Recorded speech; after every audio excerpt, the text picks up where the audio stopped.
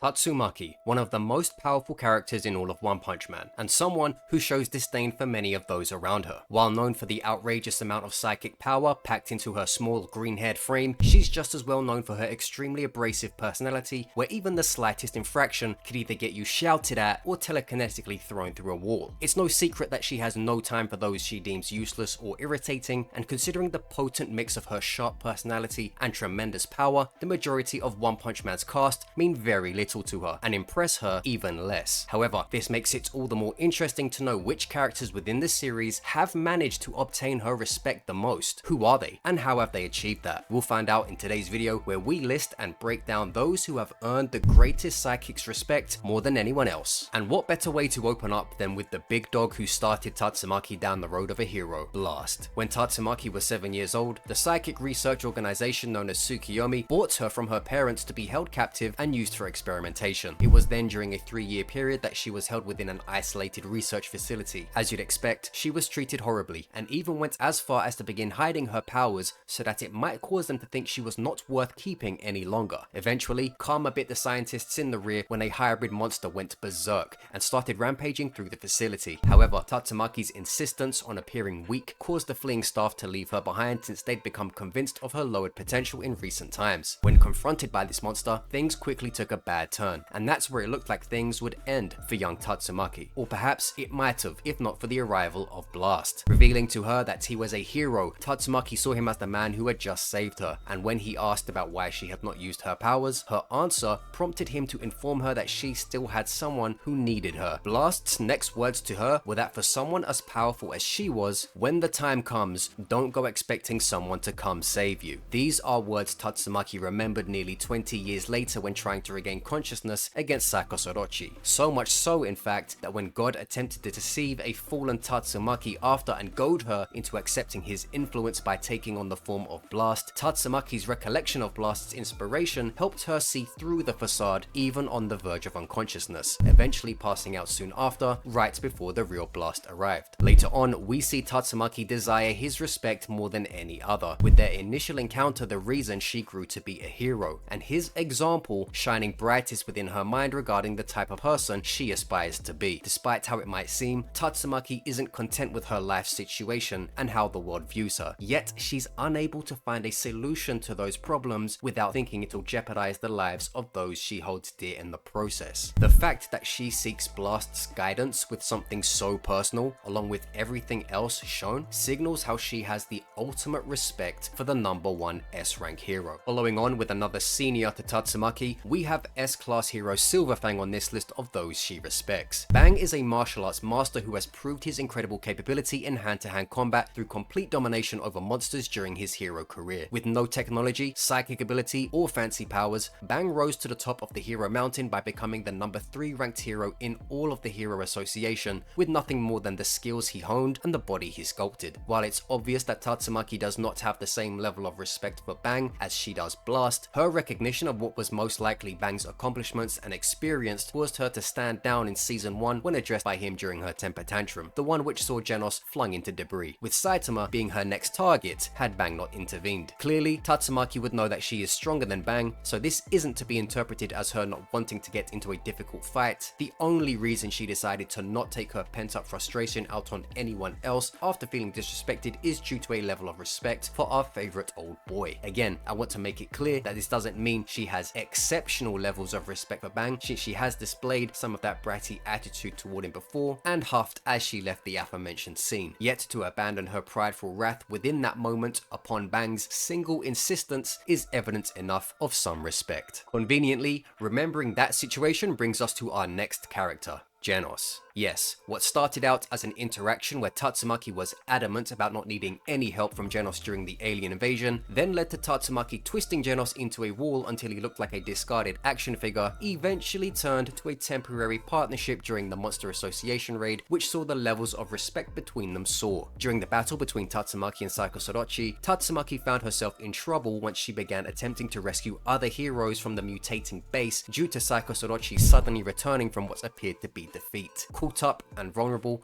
an imminent blast was about to strike Tatsumaki until Genos' beams came to the rescue and knocked the trajectory of the attack away, which caused Tatsumaki to lash out at Genos and claim she didn't need his interference. Despite this, he insisted, and the two of them worked together to battle Saika Sorochi until Tatsumaki could ensure no more heroes were trapped within the base. And once that condition was achieved, Tatsumaki was able to take control of the battle once more in the nick of time and save Genos in return for his earlier assistance, then even went so far as to commend Genos on his good work for keeping Saika Sorochi busy, which was the start of him truly earning Tatsumaki's respect. Later on in the arc, while a weakened Tatsumaki fought alongside other heroes against the cadres, she was seized by Black S, who suddenly struck from underground. However, before he could attempt to harm Tatsumaki, Genos arrived back into the fight and incinerated its arm to free the psychic, only to be then smashed down into the ground by a quickly recuperating Black S. This caused Tatsumaki to call out to Genos in concern, and if you haven't noticed, this was the first time she actually called him Genos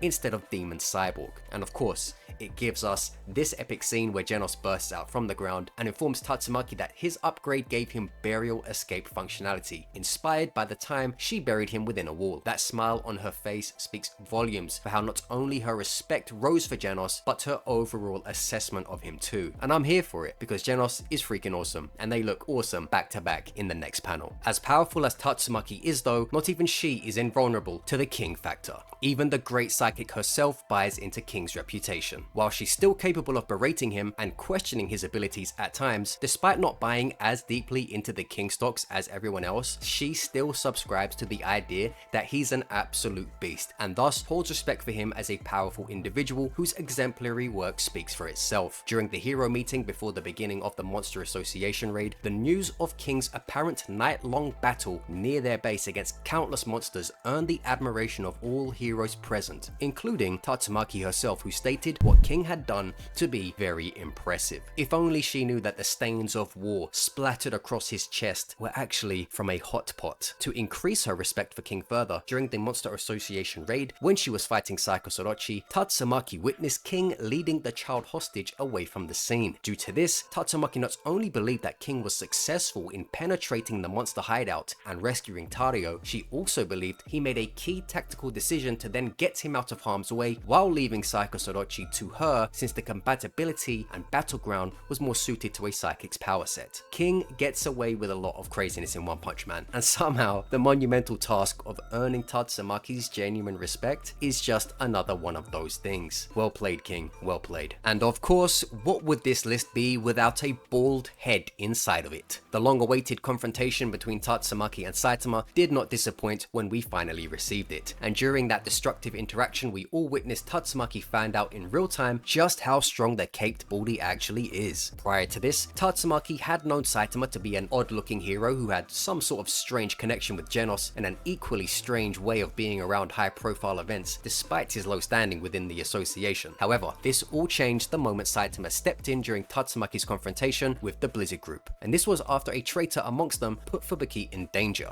As soon as he put his hand on her arm, things got a little touch and go. Tatsumaki started to question what exactly Saitama's deal was, why he even cared about what was happening, and most importantly of all, just who the hell was he to her sister. This started Tatsumaki opting to test whether or not Saitama deserved to be hanging all over her sister like that in the first place, and Saitama was put through the psychic ringer in all manner of ways like never seen before. Sorry Gerigan Shoop, you're just not on this level. Throughout the course of this monumental battle, the narrator even stated that fighting Saitama for her had become fun, something she had not expected were possible unless she were to fight Blast himself. After eventually blacking out from overusing her powers, Tatsumaki woke to find Saitama checking up on her, and it's there that he told her how impressive she was, and that if she just kept other people's things in mind, she'd be a great hero. Fubuki soon turned up, the Blizzard group not far behind, having followed of their own accord, and after showing their resolve in supporting Fubuki, Saitama suggested to Tatsumaki that she just let them have it, and to trust in them and their dedication to become strong enough to stand alongside her sister. Given what she had just been through and her newfound respect for Saitama's strength, Tatsumaki Tatsumaki opted to let the Blizzard group continue their efforts for now since Saitama had requested so, further showing how Caped Baldy had won Tatsumaki's respect that day. Even Fubuki was shocked to see Tatsumaki take Saitama's opinion on board, and for the cherry on top, she even made it clear that she wanted to compete against Saitama again in the future. Since we mentioned Fubuki a bunch of times, we can't get through this video without her. Although the sisterly relationship does make the gauge of respect a little complicated, since Tatsumaki will always have a vested interest in Fubuki, regardless of her words and actions, due to the nature of them being family. However, this doesn't mean that we cannot recognize how Tatsumaki's view of Fubuki's ability has changed throughout the series. Before the Monster Association raid, Tatsumaki viewed Fubuki as someone who could never stand alongside her in the face of true danger. Tatsumaki's entire motivation for becoming a hero was to keep her sister from harm and protect her from those who would seek to exploit her. So when Fubuki appeared on the battlefield, Tatsumaki pushed her away, only for Fubuki to attempt to restrain Tatsumaki. It's here that Fubuki proved her obsession with building the Blizzard group wasn't out of selfishness, arrogance, or status. It was to gather enough strong people so that she might one day be able to come and save Tatsumaki in the way Tatsumaki can't do for herself. To save her from standing out there alone in the face of dangers which no one but her can handle. Hearing this, we get to see probably one of the most genuine expressions Tatsumaki has ever shown. And after telling her she's gotten stronger, she said that if Fubuki's become a great hero, then she must become a good example, since she can't afford to think someone's going to come and save her if even her power is not enough. Tatsumaki has always loved Fubuki, there's no doubt about that. But I think here is probably the first time she's respected the growth seen in her sister, both as a psychic and as a hero. Damn, even as I'm writing this video, I can just tell this Fubuki and Tatsumaki section has so much to it that it could be its own video, and it's almost a crime that I'm trying to simplify it so much to fit within the focus of this topic. Sometime after this, we had the events of Tsukiyomi's return when they tried to retrieve Psychos. As mentioned back in the Saitama section, where it was revealed that Fubuki had been poisoned by a mole within her group, which caused Tatsumaki to try forcing the Blizzard group apart until a certain bald man got involved. To fast forward ahead, Tatsumaki's respect for Fubuki's continued growth would only increase further after seeing her sister arrive after the battle with Saitama to proclaim that she will fight alone like Tatsumaki wanted, to which Tatsumaki then noted that Fubuki's followers certainly didn't get the memo. Without getting into the weeds of the rest of it, it's clear that how Tatsumaki saw her sister at the start of the series and how she sees her now may be similar on the surface, but it has gone through some beautiful changes on the inside, and I like to believe stronger respect has bloomed within the garden of their relationship the more it has seen the sun. And finally, to finish off, we have Child Emperor. Now, I left this one for the end because it's not very clear and it's the weakest case, so this is more of a take it or leave it. You could argue that Tatsumaki has some measure of respect for the boy genius, even if just a little more than the rest who don't stand out among the others for gaining her respect, and this is primarily because she agreed to work in a team operating under his strategy and leadership for the Monster Association raid. For Tatsumaki to willingly follow the plan of Child Emperor and allow him to take the lead despite her attitude should suggest some level of respect for both his competence as a hero and leader. Another factor is that 10 years old is the age when Tatsumaki was freed from captivity and took her life back into her own hands by rescuing her sister, then killing her pursuers from Tsukiyomi. Considering Child Emperor is currently 10 years old and works as an S-class hero who is not only capable of defeating powerful monsters, but also leading a full squad of grown adults, I'd like to think that Tatsumaki would see some of that capability in him for his age, which she possessed herself, albeit in different ways. Again, however, I do want to stress that this section was saved for last, since it's definitely not as rock solid as the rest of the sections, and I can't even say I'm certain of it myself, only that it's a possibility given the reasons mentioned. With that said, it wouldn't exactly place him with a high level of respect from her to the degree which King, Blast, or Saitama have, but perhaps somewhere in the more modest area of respect, at least as far as notable interactions within the series goes. Since we're at the end, I want to make it clear again that this video doesn't suggest these are the only people she has any kind of respect for and all the other heroes are walking trash, more so that these are the characters who would have more respect than others by comparison, and then everyone else kind of just gets treated with the same level of dismissiveness and rudeness. If you enjoyed this One Punch Man centric video, please like and subscribe for more, and be sure to let me know your thoughts on the topic and Tatsumaki herself. Go watch another one of my videos, or else.